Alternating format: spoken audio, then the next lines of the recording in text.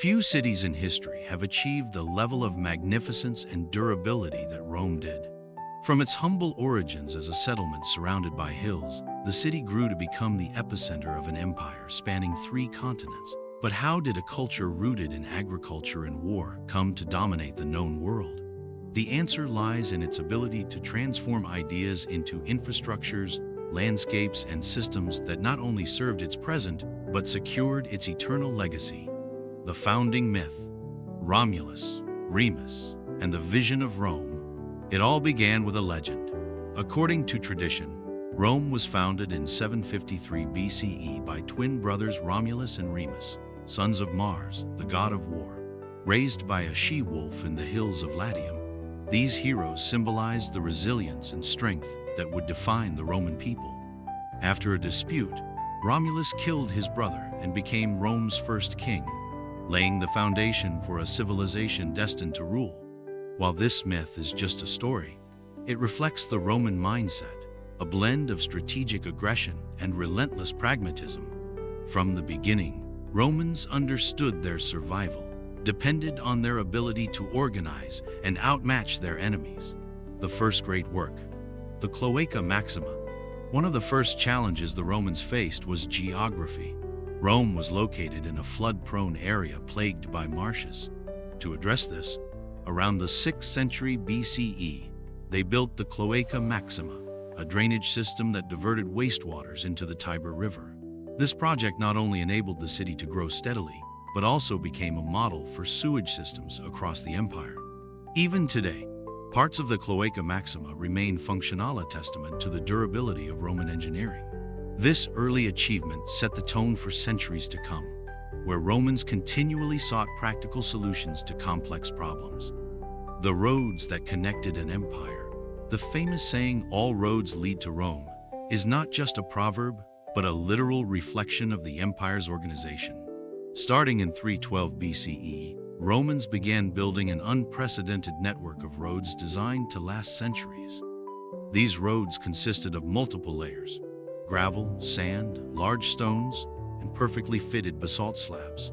The Appian Way, known as the Queen of Roads, was the first major route and connected Rome to southern Italy. But it wasn't just a tool for commerce, it was a military artery. Legions could move swiftly across the empire, ensuring the expansion and protection of its borders. Mastering water, aqueducts, and daily life. One of the greatest challenges in ancient cities was the supply of potable water. Romans solved this with aqueduct structures that transported water from distant sources to urban centers. These aqueducts, such as the Aqua Claudia and Aqua Appia, not only met basic needs, but also supported luxurious public baths, gardens, and monumental fountains. Water was not merely a practical resource, it was also a political tool. Emperors used hydraulic projects to showcase their power and generosity. For instance, Emperor Augustus boasted of finding Rome made of brick and leaving it made of marble, a transformation largely driven by investments in infrastructure. The Colosseum, a symbol of Roman greatness. No structure better symbolizes Roman technical prowess and ambition than the Colosseum, or Flavian Amphitheater.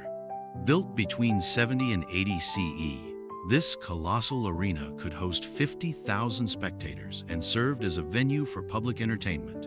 Gladiator fights, exotic animal hunts, and even naval battles were staged here. The Colosseum wasn't just a space for spectacle, it was an architectural marvel. Its system of arches and vaults allowed for rapid, resilient construction, while its modular design facilitated the flow of large crowds. It even featured a retractable canopy, known as the velarium, to shield spectators from the sun. Exporting Rome to the world. Model cities. Rome's power rested not only on military strength, but also on its ability to assimilate and transform cultures. Wherever the Romans conquered, they built cities replicating the Roman model. These cities included forums, temples, baths, and theaters. In places like Carthage in North Africa or Ephesus in Asia Minor, the Romans imposed their architecture along with their political and cultural systems. These urban centers became hubs of trade and learning, spreading Roman influence far beyond its borders. The legions, warriors, and builders. Rome's military success owed much to its legions, but these soldiers were more than warriors, they were engineers. On every campaign, the legions constructed bridges, forts, and camps that often became permanent settlements. For instance, the city of Cologne, modern-day Cologne, Germany, began as a military camp. The Romans' adaptability to terrain was legendary. Julius Caesar, during his invasion of Gaul, built a bridge over the Rhine in just 10 days, proving that no river or natural barrier could stop Rome. Roman law, an invisible infrastructure. While roads and aqueducts are the most visible symbols of Rome, its legal legacy is equally remarkable. The 12 Tables, drafted in the 5th century BCE, laid the foundation for a legal system that guaranteed clear rights and responsibilities for all citizens. Over time, this legal framework evolved into Roman law, influencing legal systems in Europe, Latin America, and beyond.